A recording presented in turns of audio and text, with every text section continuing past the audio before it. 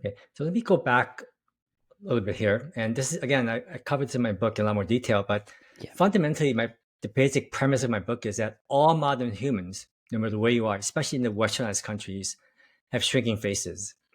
And the reason is that because we switched over to eating softer foods, processed foods, highly refined foods, a lot less pure breastfeeding.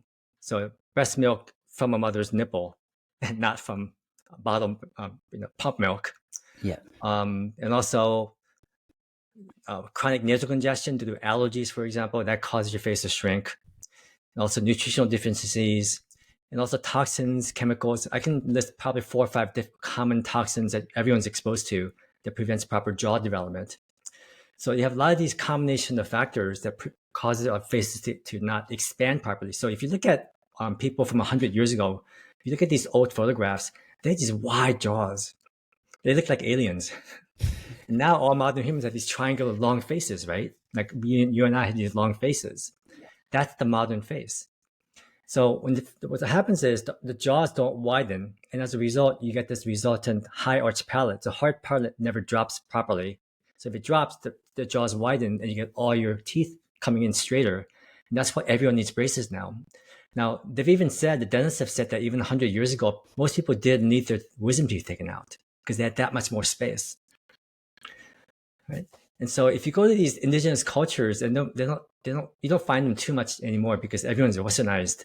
But in the very remote areas, when they eat naturally and breastfeed their babies, they have perfect teeth, no cavities. Go ahead. I'm familiar, or relatively familiar, with Weston Price and Yeah, oh yeah. a lot of his visits to the indigenous cultures. And it's fascinating just looking through some of the photos. For anyone listening, if you just type in Weston Price teeth Mm. or dentistry or whatever, it's Yeah, yeah. so interesting just seeing exactly what you're speaking about. These indigenous tribes with the wide faces, no cavities, straight teeth, and then just seeing that transition from Yeah. when they moved from an indigenous traditional culture into a Mhm. more civilized in terms of the food that we eat, the way that we live, and just Right. seeing the struggles that they start to have with the same issues that we do. It was, yeah, it's really fascinating to see.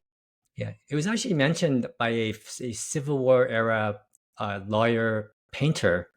The name escapes me right now, but he wrote a book called "Shut Your Mouth and Save Your Life," and he painted Native American faces, the ones that were ate naturally in the native lands, off the land, and the ones who ate modern Western diets. There's a big difference. The ones who ate modern diets had mouth breathing, mouth open, slack faces, much sicker, much more prone to infectious diseases. Actually, what another interesting phenomenon was actually our cutting tools. There's a really fascinating book called "Consider the Fork" by B. Wilson, and in one of her chapters is about the development of the knife and cutting tools. And what she documented through the work of Dr. C. Loring Brace, he's an anthropologist. This is like 100 years ago. And he looked at cultures like in England and China um, before they developed cutting tools, because metallurgy, that was kind of a new technology. But only the rich people could afford cutting tools and knives, right? So what happened was the aristocracy, the rich people in England, were the first people to get overbites. Because before that, everyone had edge-to-edge bites like this. But then with cutting tools, because you cut it before you brought it to the table, you didn't have to chew and rip it. So what happened was you got this overbite.